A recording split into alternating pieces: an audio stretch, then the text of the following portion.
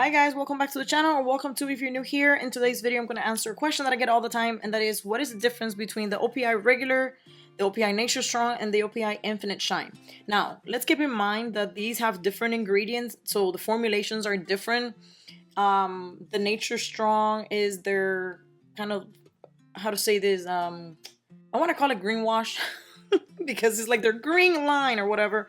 Nature, da da da. I don't know. It's also 9 free, cruelty free, and vegan, I believe.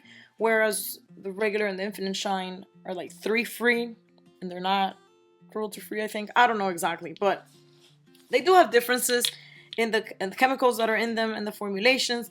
But as far as using it like regular polish, you guys, these are all regular polish.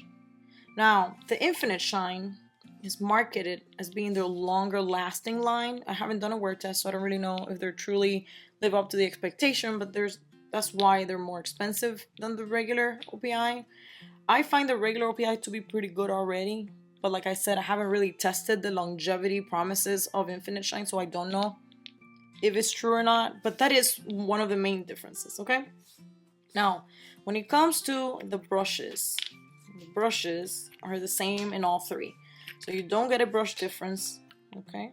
The only difference I think is this one's a different color, whereas both of these are a black brush. This one might be either gray, or white, or clear, I'm not sure. But you can see how this one's darker. These two are darker than this one. But the size and the bristles and the cut and everything is the same. Now, when it comes to formula differences, it's very hard, right? Because OPI has so many lacquers in this main line of theirs. And you have everything from fantastic formulas to not so fantastic formulas. Whereas the Nature Strong, I think they only have by now up to like 30 something. They don't even reach 40 colors. And let me tell you, this line is fantastic. This is, I would say, my favorite OPI line. It has nothing to do with the greenwashing of it. It's just the formulas are fantastic. The formulas are just so good. I love them, and the color range is really nice too. So I love this one. I also really like the top coat that comes from this line, whereas I haven't had a good experience with the top coats from the other lines. I don't think the top coat from the Infinite Shine is that good at all. It's not even that shiny. Now, I don't know if you use it with just Infinite Shine products, if that top coat will really like do something or not. It could be, but I've used it with Infinite Shine stuff and regular OPIs, and I just don't like it. It doesn't dry fast at all. When it does dry, it's not even that shiny. Whereas this one, the one from the Nature Strong, actually is kind of like super nice. Like, it gives a really nice glossy seal. It dries quick enough that I would consider almost like a quick dry, but it's not marketed as quick dry. It's very good. I think it's similar to the OPI's plumping top coat from the regular line. So yeah, definitely really like the Nature Strong line in both their color range, their formulas, and also their top coat. Now, one thing to note, if you zoom in here, it says gel lacquer, right? This is the same situation with other lines that are quote-unquote gel-like, but they're not really gel. This is like similar to that gel-like thing where you don't really need a lamp and it applies like regular polish, but it does, you know, I'm guessing have some stuff in the ingredients that make it maybe like react to UV in a way that maybe hardens the formula a little bit better, but it just air dries. But there has to be something there, some nuance there, for them to add that to it, you know? Like I said, if you look at the ingredients for all of three of these, they are different.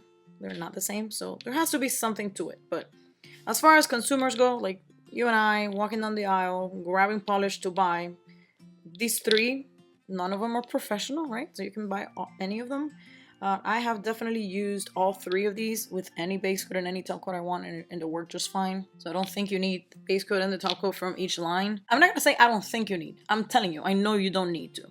Now, whether you actually do get a longer wear time if you stick to, for example, this line, I think that might be the case, just because when I looked at the ingredients, this line does have some ingredients that are a little bit different than what regular polish usually has, you know?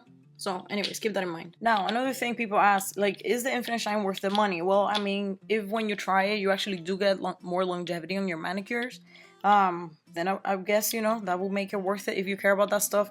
For someone that changes their polish often, like me, I don't really find that the lines that promote longevity of your manicure really matter. So it depends on your lifestyle and what you're looking for in your manicures. It might be worth it for you. I don't find it worth it because I don't wear anything for like 10 days, you know. I'm changing my polish every 2 to 3 days. So definitely for me, this is more than enough and good, you know.